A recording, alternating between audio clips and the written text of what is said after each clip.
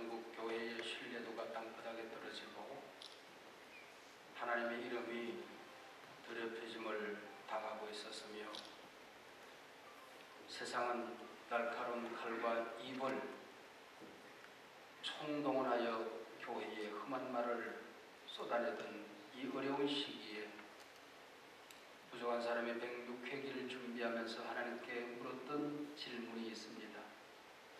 가히 그 대답은 충격적이었습니다. 하나님, 아직도 한국교회는 세상의 희망입니까? 마지막에 하나님께서 그렇다.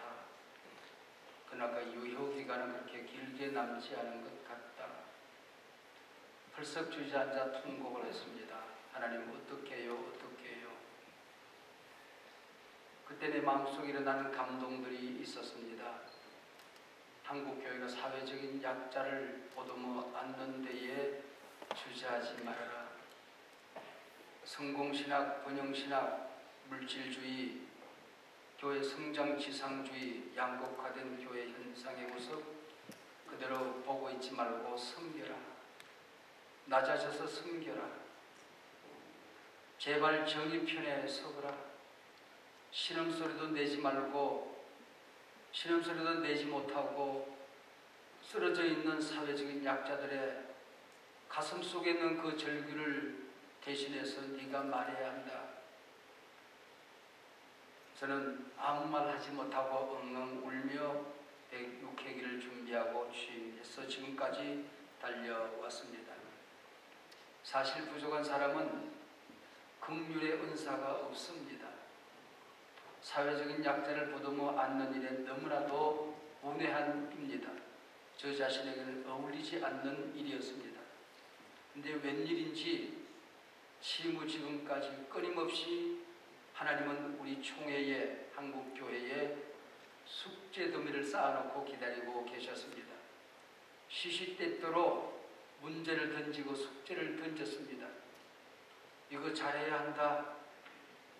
기쁨으로 그 일을 감당하려고 애를 썼습니다. 울고 있는 사람들의 눈에 눈물을 닦아주려고, 또 그들의 목소리를 대신해서 사회를 향하여 외치려고 애를 썼습니다. 106회가 지나는 동안에 대통령 선거가 있었는가 하면 곧 지방자치단체장을 뽑는 지선이 있습니다. 무엇보다 한국교회의 중요한 길목에 서 있는 교선, 교육감 선거가 있습니다. 한국교회 정체성에 어울리는 사람이 되느냐 아니면 한국교회 정체성을 훼손하는 사람이 들어서느냐 여하에 따라서 우리 앞길은 대단히 험악하기도 하고 새 길을 만들어낼 수도 있습니다. 건강한 협력과 함께 건전한 비판을 아끼지 않겠다고 생각을 하고 정치에 결탁하지 않고 지금까지 정권에 야합했던 악습의 고리를 끊어내고 건전한 비판을 아끼지 않겠다고 하나님 앞에 몇 번이고 다짐을 하고 가야 할 자리가 어디며 가지 말아야 될 자리가 어디인가를 분별하게 해달라고 하나님 앞에 기도하며 달려왔습니다. 그런 가운데 서쪽 저편에서는 우크라이나에 러시아의 침공이 있어서 지금 고향을 등지고 집을 등지고 피난길에 온 사람들이 수백만에 이르고 있습니다. 남의 일 같지가 않습니다.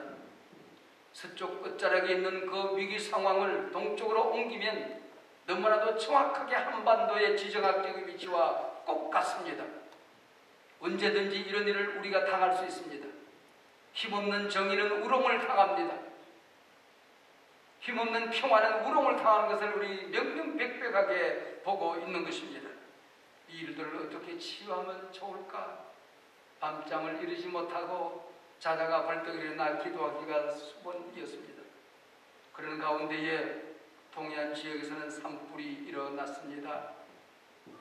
대한반도에 기름이 쏟아졌을 때 손톱 밑이 새까맣도록 한국교회가 기어다니면서 기름을 닦아냈던 것처럼 새까맣게 타버린 사자를 기어다니면서 나무를 심자, 그래 한국교회 성도님들이 청년들이 나무를 심자 그리고 울진으로 달려갔습니다.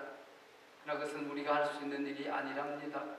정부가 산림청이 계획적으로 기획적으로 해야 될 일입니다. 그래서 불난 이 집 저 집 뛰어다니면서 사람들이 집을 잃고 하나님께서 태초에 인간을 만들고 집을 주셨던 에덴 동산을 주셨던 하나님께서 모든 사람이 집이 있습니다. 모든 피조물이 집이 있습니다. 벌레 한 마리도 자기 집이 있습니다. 자기 집이 새까맣게 타버렸을 때에 하나님의 품이 집인 것을 가르쳐줘야 될 텐데 우리가 사랑의 집을 짓자. 그리고 마을 공동체가 이곳저곳에서 다 무너졌습니다. 마을 공동체를 건설하자 하는 다짐을 하고 돌아왔습니다. 369가구가 전소되어졌는데 집을 지어야 될 집들이 한 200여 가구가 됩니다. 어떻게 하든지 이 모든 가정들이 자기 집을 가지고 보금자리로 들어간 날까지 내 임기 내내 뛰어버리라고 몇 번이고 다짐하고 또 다짐합니다. 감사한 것은 코로나19 팬데믹이 일상을 준비하고 있습니다. 교회들마다 죽었는지 살아지도 모르는 성도들을 찾아다니면서 이제는 그들을 세워야 할 때입니다. 느헤미야가 양문을 수축했던 것처럼 한국교회가 무너진 예배를 수축해야 할 때입니다. 작은 교회들은 온라인으로도 송출할 수 없어서 쩔쩔매며 2년여 세월을 보냈습니다. 지금은 예배를 다시 수축해야 할 때입니다. 바로 이럴 때에 중재기도회가 기도위원회가 앞장서서 우리가 기도해야 하지 않겠습니까? 기도회를 준비해 주신 것 너무나도 당연한 일이고 감사하기만 합니다. 오늘 본문 너무나도 잘 아는 본문 아닙니까? 모세 이스라엘과 아말렉이 한판 전쟁을 벌입니다. 아말렉은 에세의 후손들입니다. 장자의 명분을 팥죽한그릇에 팔던 후손들입니다. 상속권을 포기하고 예배가 반백이 주나 제사권을 포기하던 족속이 아말렉 족속입니다. 동화 같은 이야기지요. 모세가 손을 들면 이스라엘이 이기고 모세가 손을 내리면 이스라엘이 지는 겁니다. 군사가 얼마나 되느냐, 전쟁의 전략이 무엇이냐 이하에 따라서 판가름되는 것이 아니고 지도자들이 손을 들면 하나님의 백성이 이기고 손을 내리면 하나님의 백성이 패배하는 동화 같은 이야기입니다. 오늘도 마찬가지입니다.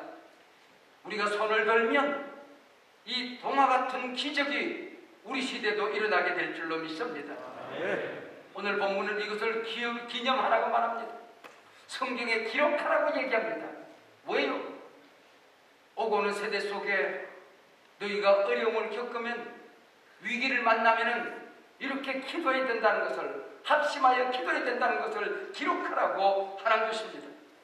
출애굽기는 하나님의 백성들의 불평기입니다.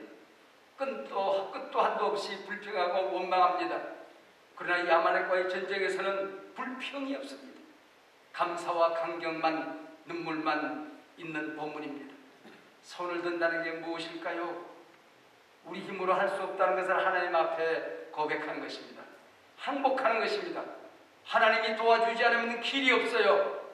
하나님 세상 만방에 한국교회의 주인이 하나님이신 것을 주님 드러내게 하여 주시옵소서. 손을 드는 것은 지도자들이 백성들을 축복하는 일입니다. 지금은 지도자들이 산에 올라서 예배당에 혼자 무릎을 꿇고 골방에서 새벽부터 밤늦은 시간까지 밥을 지새우며 손을 들어야 할 때입니다. 한국교회를 축복해야 됩니다. 이 사회를 축복해야 됩니다. 재난당했던 사회적인 약자들을 축복하며 손을 들어야 할 때입니다. 손을 든다는 것은 전능하신 하나님 앞에 무릎을 꿇고 그분의 허리자락을 부둥켜 안고 씨름하는 것입니다.